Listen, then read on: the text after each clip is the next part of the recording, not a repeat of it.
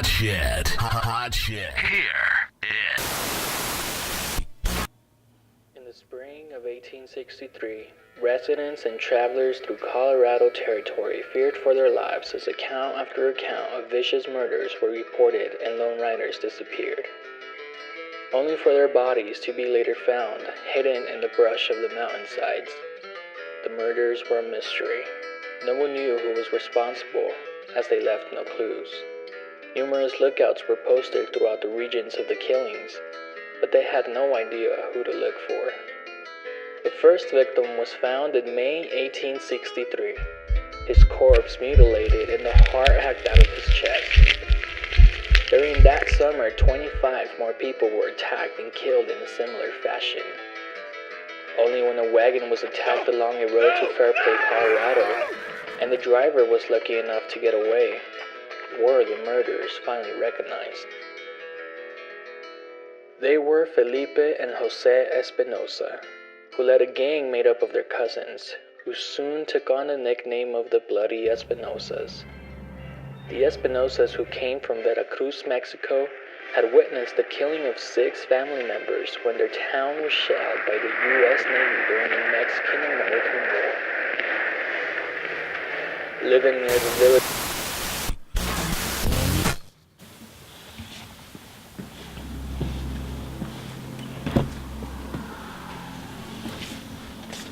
Hello.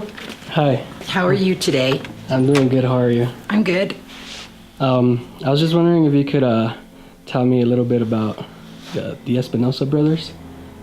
Well, the Espinosa brothers were the first serial killers in the United States as well as Colorado.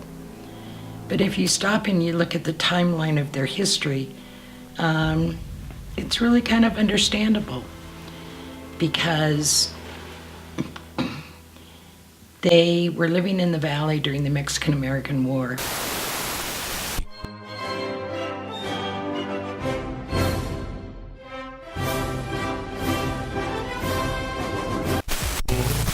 And of course, the United States won that war.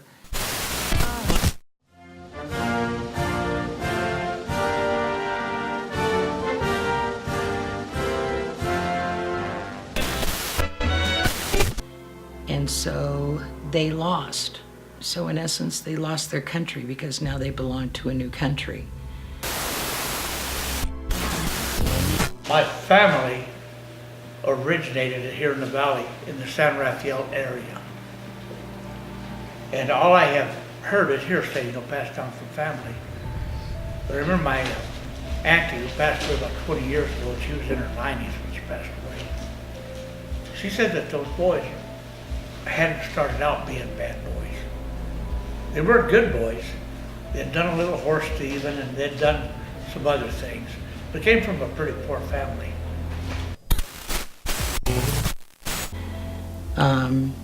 And according to the 1848 Guadalupe Hidalgo Treaty, the United States was supposed to honor the land grants. But out of 197, they only honored between 22 and 27, and the Espinosa boys, theirs was not honored. So now they've lost their land. So they had outstanding debts with some of the store owners. And the store owners said, well, you have no land, you're not gonna bring in a crop, you're not gonna have any money, so we're gonna take your personal property and sell it for the debt and what you owe us. So now they've lost their country, they've lost their land, they've lost their personal property. According to local legend, Felipe Espinosa claimed to have had a vision from the Virgin Mary telling him to kill 100 Anglos for every member of his family lost during the Mexican-American War. However, there are several differing accounts of why they killed.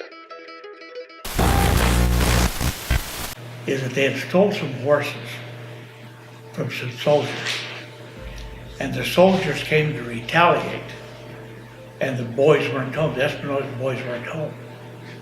And they took all the foodstuffs and all the goods that the family had, left them destitute for the winter.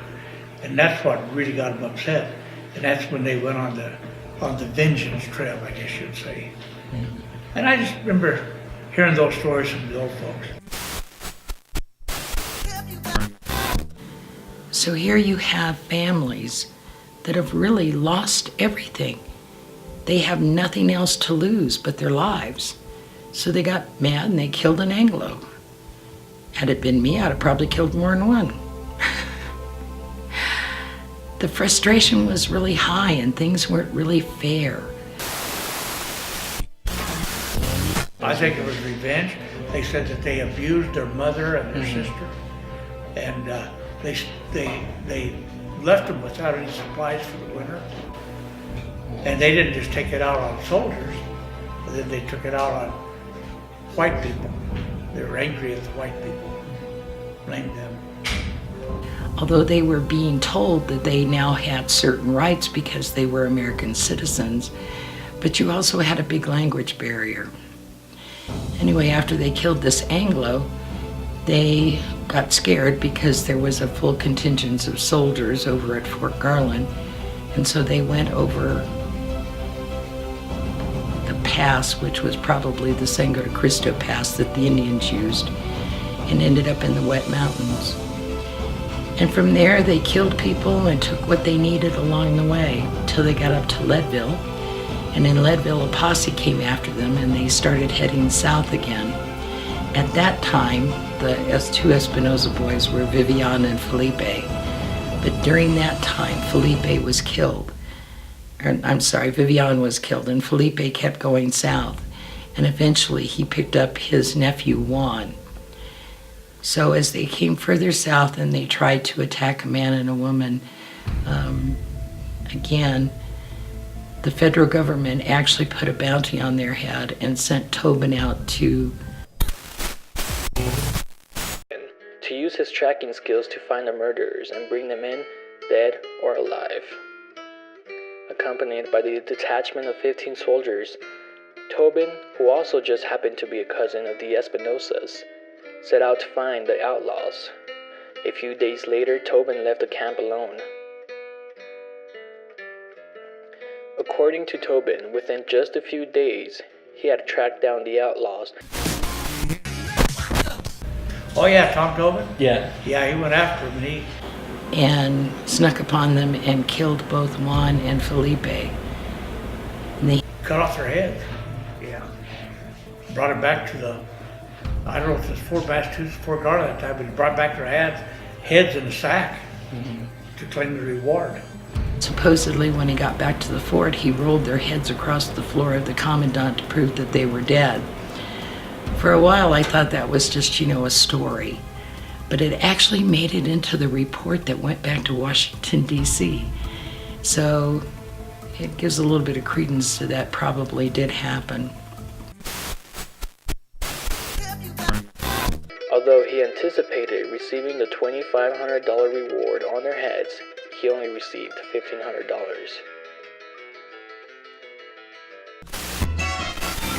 But life is what life is.